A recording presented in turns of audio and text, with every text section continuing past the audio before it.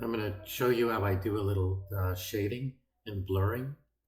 So I have here a sun that I'm going to add to our first piece of animation within the um, city with the three symbols. So I added another symbol, which was a cloud while we were gone. And so I created the base of the sun. That's just a sun. And then this part is the sun decoration.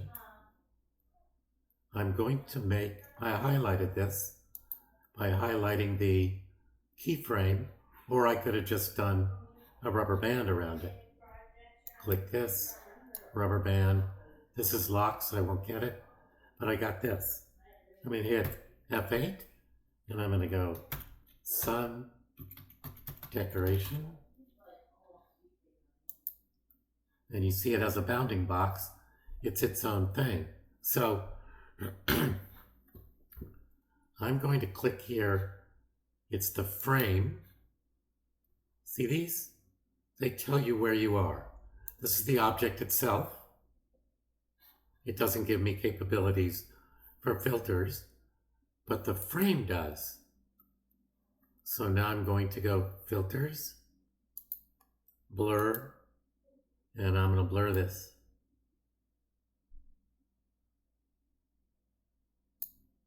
Cool.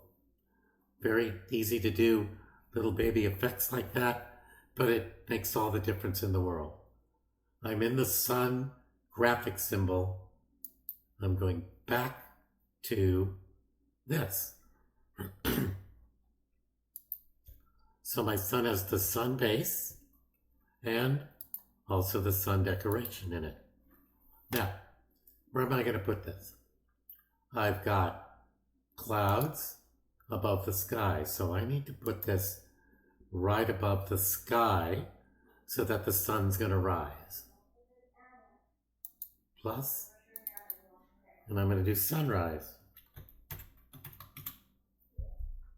Now watch what I'm doing here.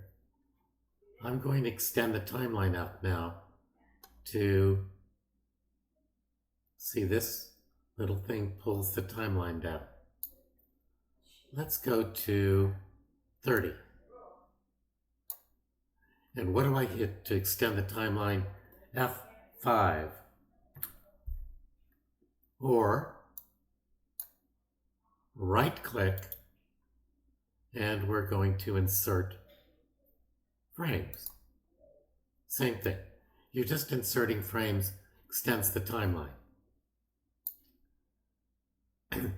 Now let's do this. We're going to add the sun, but it's going to be off the stage. Now if you don't see it, that's because this is clicked. This shows you just what's on the stage, and this shows you everything, off stage, on stage. So you can bring this sun onto the stage. I'm going to make it a little bit smaller.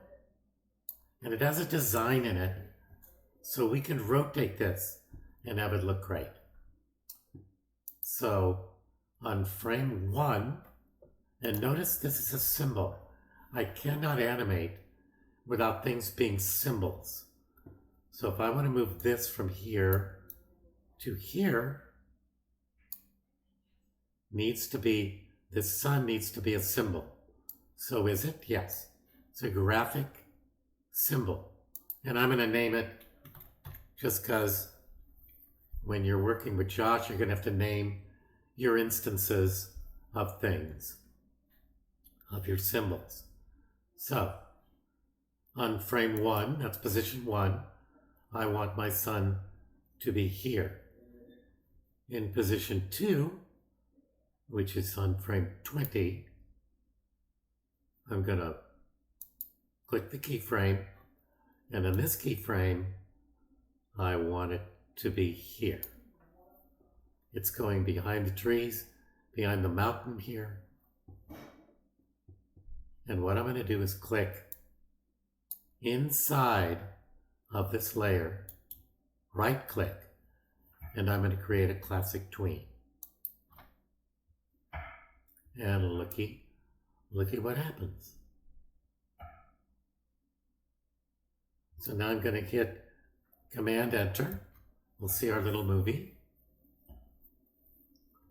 That's way too fast. The longer it goes, the slower it goes. So the more frames added to this, the slower that sun's going to rise. So I'm going to drag it all the way to 35.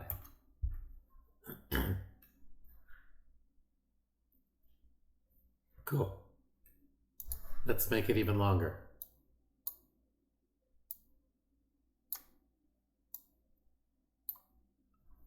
What do I hit? F5.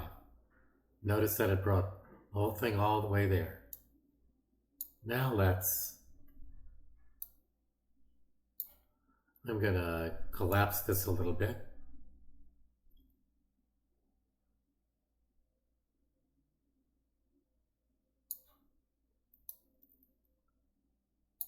I'm going to grab this keyframe, just click on it once, and then grab it and pull it. So let me do that one more time for you. Nothing's selected anywhere. I'm just going to click this keyframe once, and then I'm going to click off it, drag it, pull it to where I want it. Notice the tween remains with it. Now I'm going to go Command Enter.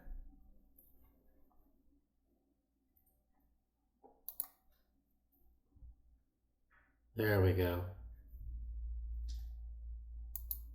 And I'm going to extend it one more time so that our sun will stay there. And Josh will have more programming for you because you could just stop the timeline too. But I'm not going to do that. So, Command Enter.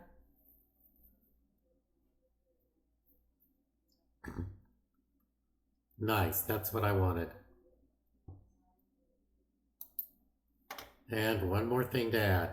I'm going to click inside of this layer, click right there, could be anywhere, but not on the frames, inside the layer. And now I'm going to rotate this. See where it says rotate? I'm going to go clockwise. Command Enter.